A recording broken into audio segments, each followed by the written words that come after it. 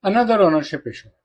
Customer asked for something and it didn't get a response. Why did he not get a response? Welcome to my YouTube channel where we regularly discuss privacy, and we are going to talk about why did people not respond when a customer asks for a query. It's his right. It's a privacy norm. Situation is simple. You collected information, my information, his information, his information.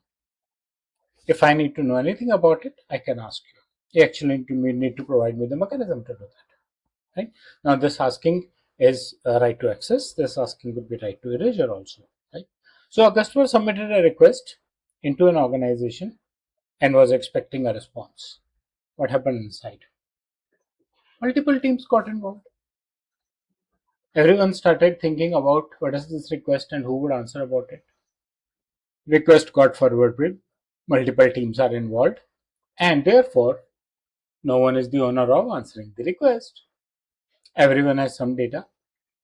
That could probably also mean that you have multiple copies of the data, and every update request is happening in a different copy. We spoke about it in the previous video also. It comes up here. Now, who would respond about it? Who is the right one to respond as a person, and who has the right data to respond? That's where the confusion starts. Who is the owner?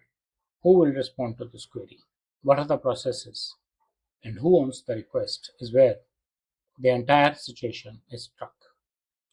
Where it breaks, siloed operations. Everyone was doing something they wanted to do.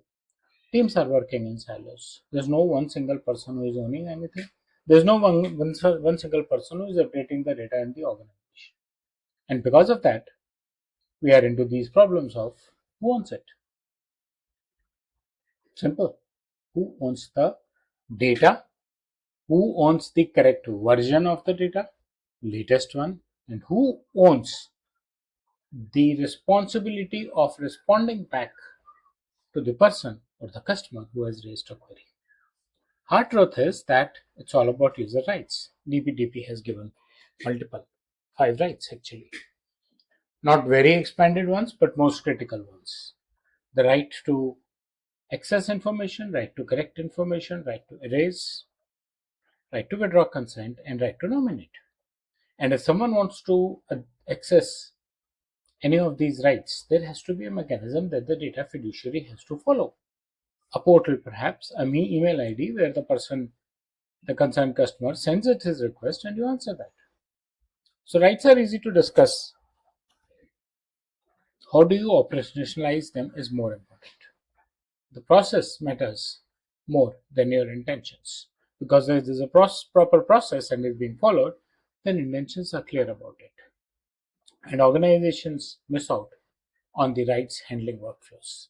Rights require these workflows. Workflows require ownership. Ownership requires accountability. And if that does not exist, either of these break, then the overall situation breaks.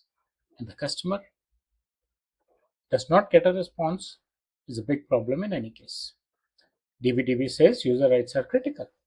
That's why they've been given. User rights are one of the critical pillar of DPDP rights, along with where does the DPDP Act empowers a data principle? You have your rights, and you need to have a grievance addressal mechanism where you can ask queries or where you can access your rights or you can raise your concerns. That's very simple, and these are critical aspects. Individuals have the rights. You, as a fiduciary, has responsibilities, and therefore requests need to be answered in a timely mode. Mature organizations ensure that there are workflows for requests, workflows that help track requests and responses, and workflows that help measure response timelines. Common failure areas, workflows for the rights. Everyone sees a request, but nobody owns it. Nothing happens, nobody owns it. Rights need processes and owners. Accountability builds trust, and that is what is something which is very, very important and has to be taken care of. So that's about having an ownership towards user rights, having a proper portal, perhaps depending on the volume of data you handle.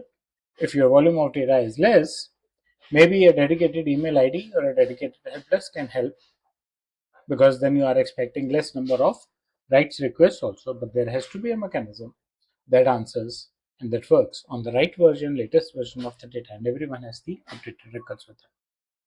So that's about customers' user rights. I hope you like the content of the video. Please press the bell and the like icon, subscribe to my channel, and share your feedback in the comment section. Thank you.